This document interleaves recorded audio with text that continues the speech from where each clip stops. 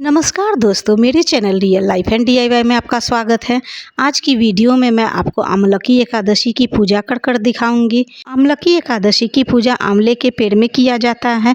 अगर आपके पास आंवले का पेड़ ना हो तो इस तरह से आप घर पर पूजा कर सकते हैं। आमलकी एकादशी के दिन सुबह स्नान कर साफ पीले वस्त्र पहने, साफ जगह पे पूजा की चौकी लगा लें। चौकी पे पीले रंग के आसन बिछा लें। फूलों की जगह पर आप तिल का भी आसन दे सकती हैं। फूलों का आसन देकर भगवान विष्णु की प्रतिमा स्थापित करें। भगवान विष्णु की आपके पास जो भी प्रतिमा है उसे स्थापित करें। मेरे पास भगवान विष्णु के साथ माता लक्ष्मी की प्रतिमा है, मैं उसे ही स्थापित कर रही हूँ। फूलों का आसन देकर भगवान गणेश की स्थापना करें। आप चाहे तो यहाँ पे कलश की भी स्थापना कर सकते हैं। जल का छिड़काव कर सभी भगवान को स्नान भाव दें। दीपक को इसी तरह नहीं रखना चाहिए, या तो फूलों का आसन दे दें या फिर एक प्लेट में कड़कर दीपक को रखें। घी के या तिल के तेल के दीपक जलाएं। भगवान विष्णु को पीले चंदन लगाएं। भगवान गणेश को भी चंदन लगाएं। दीपक को भी चंदन लगाकर पूजा करें। पूजा करते समय ओम नमो भगवते वासुदेवाय का जाप करते रहें। भगवान गणेश को सिंदूर लगाना चाहिए, इसलिए भगवान गणेश को चंदन के बाद मैं सिंदूर भी लगा रही हूँ। माता लक्ष्मी को भी सिंदूर लगाएं।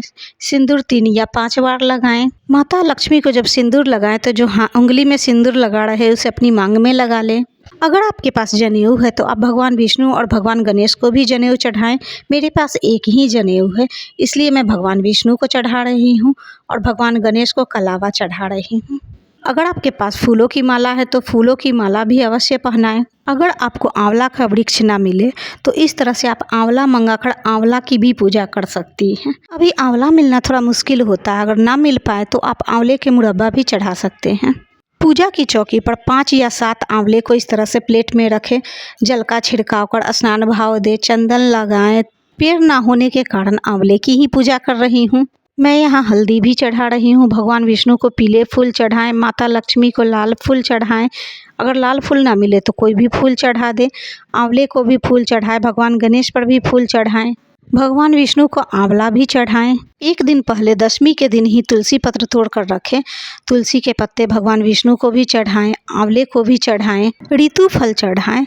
यहाँ आपको कोई भी ऋतु फल मिलता है तो वो ऋतु फल चढ़ा दें। केला अवश्य चढ़ाएं। मेरे पास केला नहीं है इसलिए मैं नहीं चढ़ा रही हूँ, लेकिन आपको बता रही हूँ आप केला अवश्य चढ़ाएं। गुड़ चढ़ाएं। अगर आपके पास गुड़ नहीं है तो कोई बात नहीं, भगवान गणेश को भी भोग लगाएं। आमलकी एकादशी को रंग भरी एकादशी भी कहा जाता है, इसलिए भगवान को रंग गुलाल जरूर चढ़ाएं। मैं यहाँ सिर्फ गुलाल चढ़ा रही हूँ। आंवले पर भगवान विष्णु को, भगवान गणेश को, सभी को गुलाल चढ़ाएंगे। मैं यहाँ भगवान के फेस पर भी लगा रही हूँ और पाँव पे भी रख रही हूँ। रंग भरी एकादशी के दिन भगवान भोलेनाथ और माता पार्वती को भी रंग गुलाल अवश्य लगाएं। रंग भरी एकादशी की मान्यता ये है कि भगवान भोलेनाथ माता पार्वती को काशी में शादी के बाद पहली बार लेके आए थे, तो लोगों ने रंग गुलाल के साथ उनका स्वागत किया था। इसलिए भोलेनाथ माता पार्वती को इस दिन रंग गुलाल अवश्य लगाएं। एकादशी के दिन तिल जरूर चढ़ाएं। सभी पर हम तिल चढ़ाएंगे। तिल चढ़ाने के बाद दीपक में भी जरूर तिल रखें। माना जाता है कि जितने तिल चटकते हैं उतने ही हमारे पाप मिटते हैं। पूजा के चौकी पर आप अपने सामर्थ्य के अनुसार कुछ दक्षिणा अवश्य रखें। पूजा में हुई कमियों को पूरा करने के लिए दक्षिणा रखा जाता है। धूप बत्ती दिखा लें। धूप बत्ती जरूर हर एक पूजा में दिखानी चाहिए। कोई भी व्रत करे तो उसकी कथा अवश्य सुने। हाथ में फूल लेकर आमलकी एकादशी व्रत की कथा सुने। कथा सुनने के बाद हाथ में लिया फूल भगवान के चरणों में छोड़ देंगे। पूजा के बाद आरती करने से ही पूजा परिपूर्ण होती है। आप चाहे तो उसी दीपक से भी आरती कर सकते हैं। मैं यहाँ कपूर से आरती कर रही हूँ। आरती करने से पहले जल से निमस लें, फिर आरती करें। आरती में घंटी जरूर बजाएं। आरती ओम जय जगदीश हरे, स्वामी जय जगदीश हरे, भक्त जनों के संकट क्षण में दूर करे। ये आरती गा सकते हैं। आरती के बाद जल से फिर निमस कर तब आरती ले लें। हाथ जोड़कर पूजा में हुई त्रुटियों के लिए क्षमा मांगे, अपनी मनोकामना बोलें। अगर आप एकादशी का व्रत नहीं भी कर रही हैं तो भी इस तरह से पूजा अवश्य करें। अगले दिन चौकी उठाएं। शाम के समय चौकी पर दीपक और धूप बत्ती जरूर जलाएं। आंवला और जो भी प्रसाद आपने भगवान विष्णु को चढ़ाया है वो सब उतारकर घर में सभी को बांट दे।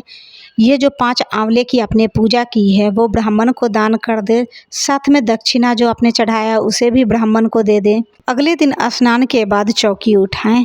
पारण से पहले ब्राह्मण को सीधा अवश्य दे दें। अगर आप पारण से पहले मंदिर नहीं जा सकते हैं सीधा देने, तो सीधा निकाल कर रख ले तभी पारण करें।